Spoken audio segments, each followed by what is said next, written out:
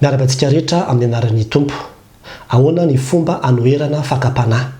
Izay indray no fanontaniana ezahantsika avaliana amin'ity video manaraka ity. Olan'ny kristianina rehetra ry havana ity resaka fakapanahy ity. Ary mba hahatonga antsika ho mpandresy dia natao indrindra izao video zao ahafahantsika mamantatra hoe ahoana ny fomba handresena ny fakapanahy. Ny fakapanahy raha faritana rehefa jerevanao ny teny grika na ny teny hebreo dia hoe fitaomana ny olona hanota. Zay zany natao hoe fakapanahy, zay ny devolo no ao ambadika. Ary amin'izany fotoana zany ny tontolo misy atsika dia tontolo feno ota tahaka an'izao. Ity zany ny tenantsika. Dia ireo ota reo zany dia mitady vatana hiasana, hidirana. Dia izay ny antsoina hoe fakapanahy, izay le hoe fitiatsahan'ireo le ota reo hitsofoka ao anatinao. Amin'izay fotoana izay dia tsy fahotana le izy satria na i Jesosy Kristy ara dia nalaim-panahy. Fa amin'ny fotoana izay anekenao azy hiditra ao anatin'ny vatanao izay izy vao fahotana. Fa raha mbola maka fanahinao eo izy dia mbola tsy fahotana mihitsy izy amin'izay fotoana izay. Ny tanjony dia tsy inona fa ny amotika.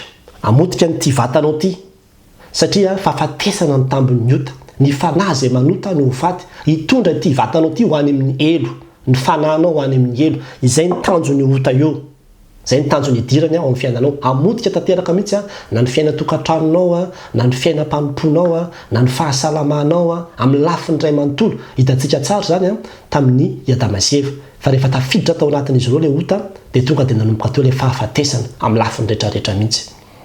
Dia zavatra tsara fantatsika aloha dia izao ilay fakapanahy dia izao ilay fotoana voalohany indrindra.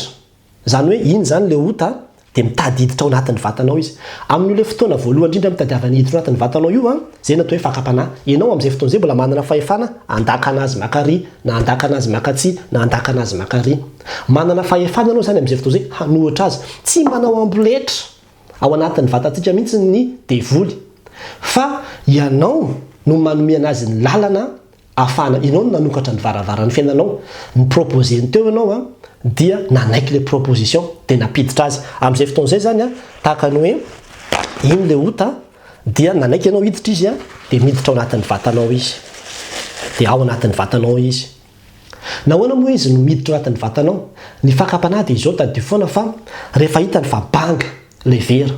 Rehefa hitany fa banga io dia izay no mahatonga anazy mieloelo zany hoe tsy maintsy misy manque na misy zavatra banga foana anatin'ny fiainanao mahatonga ny fakapanahy mitady hiditra aminao. Zany hoe alain'ny devoly fanahy amina zavatra banga eo amin'ny fiainanao ianao. Rehefa misy banga zany ny fiainanao dia iny ny angalan'ny fanahinao. Ohatra hoe tsy ampy fitiavana ianao dia alain'ny fanahy ianao dia omeny fitiavana piraty entina hanoloana le banga ao anatin'ny fiainanao. Misy zavatra ohatran'izay foana zany ny dediavin'ny Satana. Ka rehefa banga ianao dia iny amin'izay le fahotana fa miditra dia miditra ao anatinao. Amin'izay fotoana izay rehefa tonga ny rapitso dia manao an'iny ota iny ianao efa tsy fakapanahy intsony izay. Efa tsy fakapanahy intsony. Le fotoana voalohany nidirany ihany natao hoe fakapanahy. Fa rehefa tafiditra izy dia efa tsy fakapanahy intsony izay fa efa manandevo anao amin'izay izy. Na ao akary ianao efa ao anatinao izy. Efa ao anatinao le ota. Na nino hafa le teo ivelany dia afaka nandaka anazy sy nanino ianao fa rehefa tafiditra ao anatinao izy tsy manana herintsony ianao. Ajereo tsara ny Romanina 7. Izay natonga ny Paoly amin'ny 4:12 miteny hoe fa iza kosa dia nofo namidy ho andevon'ny ota. Nividin'le ota dia tafiditra le ota dia manandevo amin'izay izy. Tsy mihera intsony amin'izay izy. Raha tamin'izy le mbola tsy tafiditra dia mbola mihera izy aloha dia mbola manana fahefana hoe non. Fa rehefa tafiditra izy tsy mihera intsony. Fa tereny amin'izay anao le sitrapony. Zay natonga ny Paoly iteny manao hoe tsy azoko mihitsy za ty fa tsy izay zavatra tiako atao no ataoko fa izay zavatra tsy tiako atao no atao. Dia lasa tsy mihera intsony izy fa na ho aiza anao na ho aiza. Hoe toeriny devoly tsy afaka manohatra olo satria le ota mbola ao anatiny. Mantsira filan'ny fanorana fanahy tsy afaka mandositra satria izy raha mbola voafatotra le ota mbola ao anatiny ao. Dia tsy fakapanahy intsony zany zay ny resaka. Efa tsy fakapanahy intsony zay ny resaka raha ohatra ka efa ao anatinao le ota. Fa raha mbola tsy ao anatinao le izy zay no atao hoe fakapanahy. Zay zany ny tsara marikana tsara. Dia ahoana zany no tokony atao raha hoe hiadivana amin'ny fakapanahy? Tsy maintsy esorina aloha zany ty ota ty aloha. Tsy maintsy videna aloha zany ty. Fa tsy hoe ity misy ota dia ahoana ireny anoherako an'ity. Tsy tafatohatra ao zany io raha efa ao anatinao le filana, raha efa ao anatinao le ota. Ny amin'ny ohatra hoe ny amin'ny lainga na ny fitenenan-dratsy na ny fijangatsangana na ny zava-mahadomelina tsy haiko isan-karazany reny. Rehefa tafiditra le filana dia tsy afaka manohatra intsony ianao. Dia ny tokony atao zany dia izao. Eo zany aloha ny hoe ahoana ny ahafahana mamonjy an'ity olona ity. amin'ny ota io satria efa tafiditra le ota. Tsy maintsy mitady vatana izy a, zay vatana vida, tsy misy na inona na inona. Dia io vatana io ny vatan'i Jesosy Kristy. Dia manaiky izy ny amin'ny hoe Jesosy Kristy ndreto ny fahotako, atolotro ho anao. Amin'ny finoana zay a, atolotro anao ny fahotako a, dia mba omboana miaraka aminao a eo ambony hazo fijaliana. Amin'izay fotoana izay lasa ny Jesosy Kristy ny fahotany. Le ota namatotra azy, le ota zay tafiditra tao anatiny a, lasa tany amin'ny Jesosy Kristy. Afaka izy zany amin'izay fotoana izay. Izay le fanafahana hoe zay toera, zay le fanafahana hoe raha misy olona ao amin'ny Kristy dia olom-baovao izy. Raha misy olona mino ny asa-pamonjena nataon'i Kristy tompony hazo fijaliana dia olom-baovao izy. Dia rehefa lasa ny Jesosy Kristy tokoa le ota, dia tena ny vonony, no potehany, no ravany, le vonona teo amin'ny nofony, teo ambony hazo fijaliana ilay zavatra zay namatotra anao. Dia ny maty a niaraka tamin'ny tompony hazo fijaliana mihitsy. Ny dikan'izay dia zao a, afaka ianao, tena afaka ianao. Fa rehefa afaka ianao a, dia izao hitany devoly fa vidy ianao, dia mbola misy fahotana foana manodidina anao a, mbola mitady hiditra le fahotana satria misy banga ao. Ny fomba atao zany hanoherina le fakapanahy aloha voalohany indrindra dia tsy maintsy fenoina io banga io. Tsy maintsy fenoina io banga io. Ka ny zavatra atao voalohany indrindra dia zao, rehefa nina anao fa maty teo ambony hazo fijaliana Kristy a, dia tsy maintsy ianao a mandray alohan'i Jesosy Kristy. Mampiditra azy ianao amin'ny fiainanao.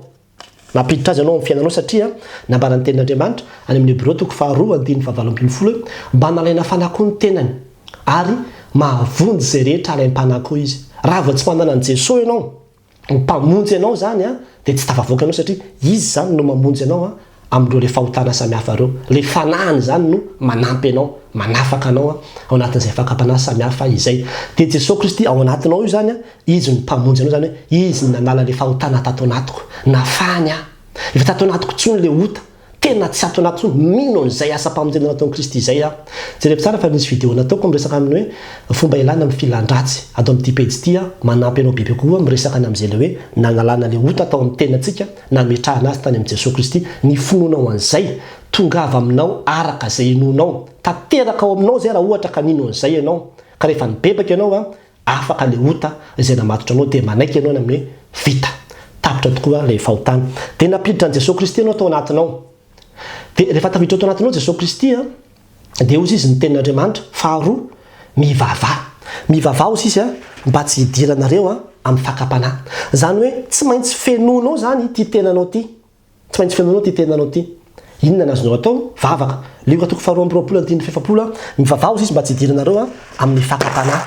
Dikan'izay zany a, dia mivavaka ianao, asianao vavaka zany ny tenanao. Fa le fakapanahy dia mbola hivezivezy eo foana. Mbola misy fakapanahy hafa indray hivezivezy. Amin'izay fotoana izay ny olona manko mieritreritra hoe niverina indray ny akafanahy indray ny devoly. Mety akafanana tokoa izy fa manana fahefana amin'izay ianao amin'izay fotoana izay rehefa niala le izy a, rehefa avy nibebaka ianao, manana fahefana ianao handaka anazy, hanary anazy, hanohatra azy satria efa tsy ao anatinao tsony le izy fa efa nentin'i Jesosy teo ambony hazo fijaliana daholo. Samihafa izay no hoe raha tao anatinao le izy a, tsy nanana fahefana ianao, averiko ihany izay a. Fa rehefa tsy tao anatinao tsony izy fa avy nibebaka, avy nibebaka ianao a, ety ivelany izy a, manana le fahefana ianao hanohatra azy, manana fahefana hoe teny hoe tsy amin'ilay izy. Dia ampidirinao aloha ny vavaka. Zay no mahatonga ny tompo hoe mivavah mba tsy hidiranareo amin'ny fakapanahy. Rehefa tsy ampivavaka ianao a, dia misy an'io banga io ny fiainanao. Dia izay le banga izay no mahatonga le fakapanahy mahazo laka, mora tafiditra ao amin'ny fiainantsika. Fa tsy nivavaka ihany nambaran'ny tenin'Andriamanitra, fa eo koa ny soratra masina. Satria fantatsika tsara fa Jesosy Kristy a, dia rehefa nalainy devoly fanahy dia tenin'Andriamanitra foana no nampiasainy. Ary zany mahatonga ny Efesiana 4:7 manao hoe raisiny tenin'Andriamanitra ho sabatry ny fanahy. Io zany ny sabatra ahafahanao tena manohatra an'le fakapanahy samihafa, dia tsy maintsy raisinao koa io zany. Dia fenonao tenin'Andriamanitra koa zany ny fiainanao. Ary zay no mahatonga ny olona hoe ny mahatonga ny olona resin'ny fakapanahy foana dia satria niala tokoa le fahotana ny bebahany, fa avy eo a nijanona ho vida foana le vatany. Tsy tena niaina tamin'ny tenin'Andriamanitra izy, tsy nilona tanatin'ny vavaka izy, tsy tena niaina n'le Jesosy Kristy ao anatiny. Fa dia ohatrany hoe afaka dia indray mandeha afaka fotsiny dia miverina foana ihany izy a rehefa avy eo. Io vatanao io mbola mety misy ota foana mitenteanao, mbola feno ota foana mbola mitenteanao, fa rehefa misy le tenin'Andriamanitra ao anatiny a, dia efa zava-dehibe koa izay a ahafahanao manohatra an'ilay izy. Ny zavatra fahatelo a, dia misy tenin'Andriamanitra ny amin'ny asan'ny apôstôly 2:20 tantara iny amin'ny hoe vonohy mihitsy le ota, vonohy mihitsy le ota. zay koa nazo atao zany hoe raha misy ota zany tonga mieloelo anatrehanao ianao nefa fa kristianina efa manana an Jesosy ianao miaina amin'ny tenin'Andriamanitra ianao mivavaka ianao isan'andro mbola tonga ihany le ota mitady isisika eo foana le ota amin'izay fotoan'izay dia ozy izy ny tenin'Andriamanitra satria io tantaran'ny Paoly io rehefa nakakitay izy dia nalainy le kitay dia napetrany dia tampotampoka teo nisy vipera nivoaka avy ao amin'ilay izy teo tonga dia nakeo amin'ny tanany nanina moa izy teo niraikitra tamin'ny tanan'ny Paoly izy tsy mbola ninana azy le menarana le vipera fa niraikitra tamin'ny tanany dia inona nataon'ny Paoly tonga dia nalainy izy dia nakify ny avy hatrany nalefany tao amin'ilay afo le vipera mampianatra zavatra be deaibe atsika zany ny amin'ny fomba edina amin'ny fakapanahy satria nahoana io fakapanahy io mety hivezivezy ao anatrehanao tokoa izy takan'le vipera mbola dia ny tsy mbola manaikitra anao izy dia tonga dia fa akifio ary zay le ambara vonoy ka le manakifika koa amizay tsy hoe alainao le menarana dia alefanao makery fotsiny fa i Paoly zao raha nijerijery ny elaela teo voakaikitra ihany izy dia mety narary izy ary mety maty mihitsy satria vipera mihitsy le izy zany hoe raha vao taraikiraiky eo ianao zany amin'le fakapanahy misy zavatra mihazoazo mananao dia taraikiraiky eo ianao dia tafiditra foana ihany koa eo farany ary tena mila vonoina mihitsy afo zay le afo midika lafo dia hoe novonoina an'le vonona mihitsy amin'izay fotoan'izay zany tsy mirebondira miverina ntsony io le menarana io fa tonga dia maty tanteraka mihitsy ary zay tena secret ngezabe zany amin'ny fanoherana fakapanahy amin'ny hoe ataovy zay fomba rehetrarehetra tena hoe aminona tanteraka mihitsy aniny zavatra zay mitantehanao iny ohatra ny amin'ny hoe raha misy olona any am-piasana na ohatra hoe lehibe anao mihitsy no mitantehanao isan'andro izy mandraviravy anao mba hijangajanga sy ohatran'izany aminazy tena hoe ahoana ny ataoko mba ahafahako tena hoe vita tanteraka tsy te hitako masoko tsony zafaka azonao atao mihitsy tenenao izy manao hoe za hiala raha ohatra ka mbola manadalana ianao na hoe ho teneniko amin'ny vadinao ianao asehoko amin'ny dolo reto message reto raha ohatra ka mbola manadalana ianao tena atao mihitsy zay fomba hoe ahoana io zany ahoana zay fomba tena hoe amononao azy tonga dia hoe atsipinao arinao any mihitsy amin'izay fotoan'izay tena dia lasa zay zany ny zavatra ampianarin'ny tenin'Andriamanitra antsika ihany koa zany zay ny tenin'Andriamanitra koa ny amin'ny Timoty faharotoko faharoa dia miteny mandosira zany hoe le fakapanahy natsipinao ny anankiray iny koa fa misy sasany ndray koa mivezivezy eo dia amin'izay fotoan'izay ianao satria ianao fa manana Jesosy Kristy miazona le famonjenao anatinao anao dia azonao atao tsara manalavitra mandositra an'io fakapanahy io ary zay ampianarin'ny tenin'Andriamanitra atsika zay mandosira ozy izy ny filan'ny tanora fanahy aza mijanonjanony eo fa tena ataovy zay andosiranao an'ilay izy zany hoe mety misy fotoana zany ianao mety hoe ohatra hoe ianao tratran'ny fakapanahy foana hoe isotro zava-mahadomelona isaky ny avy miasa na hoe andeha irevy na andeha iloka sy ohatran'izany dia azonao atao tsara mihitsy rehefa avy mirafy ianao miasa dia ahafahanao mandositra an'izy dia miova lalana ianao miova direction anao zany lalana zay andehananao na hoe asianao alain'ny zanakao ianao na amboarinao mihitsy ny programanao ohatra hoe za rehefa amin'ny hariva alohan'ny atory ny tratran'ny fakapanahy dia amin'izay fotoan'izay inona zany no tokony ataonao dia tsy fantatra hoe mamaky baiboly ianao zany na hoe mihainy teny mihitsy aloha zay avo alohan'ny atory alaminao le fiainanao isaky ny après-midi ny tratran'ny fakapanahy amin'ny zavatra ohatran'izao amin'izay fotoan'izay zany amboarinao ny programanao hoe rehefa après-midi zany vao anasa vilia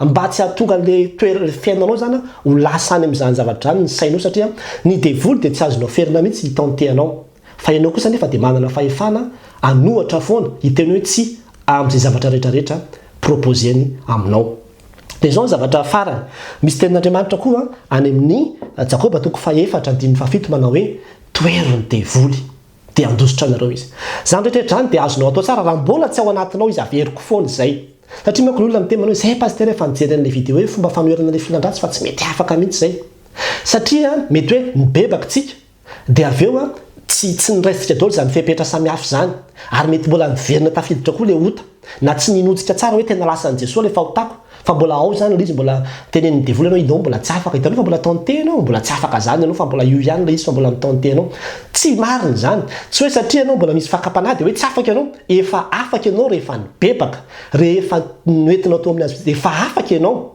fa io le mbola miverimberina io efa fakapanahy io zay tsy fahotana tsony io raha tsy hoe ianao ndray manatanteraka azy amin'izay fotoan'izay dia raha vao tsy mino an'izay le olona dia hoe za paster mbola tsy afaka mbola ato anatiko ihany le izy afaka ianao efa afaka ianao fa le fanoherana azy ozy ny tena hoe toerony devoly azonao atao tsara mihitsy zany no tonga dia manohatra ny devoly dia mandositra anareo izy izy manana fahefana no ampiasao ny anaran'i Jesosy Kristy amin'ny fotoana zay atongavany ao anatrehanao mieloelo eo mitady hitantehanao to amin'ny anaran'i Jesosy miala ianao satana fa tsy azonao raisina amin'izany zavatra zany izany rehetrarehetra ny fomba atao ahafahantsika manohatra ny fakapanahy ary tadio tsara lavana fa mety misy olona iteny manao hoe kalizy fa zany pasteur lasa ohatry ny ezaka ataon'olombelona ve zany no mahafaka anao fa tsy asan'Andriamanitra tsy ezak'olombelona zany ny fanafahanantsika tam'le ota zay le famonjena ny fanahintsika asan'i Jesosy Kristy reriany zay tsisy asan'olombelona mihitsy zay fa tena hoe finoana sy fahasoavana no nahafahanao nahazo an'izay famonjena zay fa ny fiazomanao an'le famonjena kosa dia eo le asan'olombelona amin'izay ny fahazahoana an'le fahasoavana zany le famonjena Andriamanitra ny manome azy finoana ny azona azy fa ny fiazomana le famonjena kosa ianao takian'Andriamanitra ianao hiasa amin'izay le famonjena zay niraisinao zay dia izay le antsoina hoe vinoy mandosira toero ataovy daholo zay fomba rehetrarehetra azonao atao amin'izany rehetrarehetra zany toy ny tenin'Andriamanitra ny amin'ny Jakoba sambatra zay mahatra fakapanahy fa rehefa voazahatoetra izy dia andray satroboninahitra ny fiainana ataovy fa ho hitanao fa any aoriana omen'Andriamanitra le satroboninahitra ny fiainana ianao dia ny devoly koa rehefa tsy mahazo toeranao ny fiainanao foana izy reraka ihany izy ny farany dia miala ihany izy ny farany tsy miverina aminao intsony izy zavatra fa mety zavatra hafa indray ny taony teny ianao dia ohatr'izay hatrany foana ny atao feno hivavaka ry havana feno tenin'Andriamanitra iaino mihitsy le hoe Jesosy no mpamonjiko Jesosy no ankatao hanampy ianao isan'andro ahafahanao manohatra an'ilay izy dia vinoy mandraisa décision mihitsy fanapa-kevitra entitra amin'ny ahoana ny ataoko mba hahatonga ty zavatra ity tsy hitanteanahy eto intsony fa tena tonga dia tsy maintsy handray fanapa-kevitra entitra androany na amin'ny hoe tsy maintsy tapahako zao fifandraisan'izao na tsy maintsy anaovako an'izao na tsy maintsy teneniko ohatran'izao le olona na tsy maintsy hoe hifindra toerana na hanao an'izao mba hahafahanao tena miala amin'ilay fakapanahy dia hoy izy atao hoe mandosira toerony devoly dia andositra anao izy dia miraharetsika rehetra mba samy ho kristianina mpandresy isika efa fantatro zany zay ny secret dia zarao zao video zao raha nahasoanao ho an'Andriamanitra ny voninahitra amen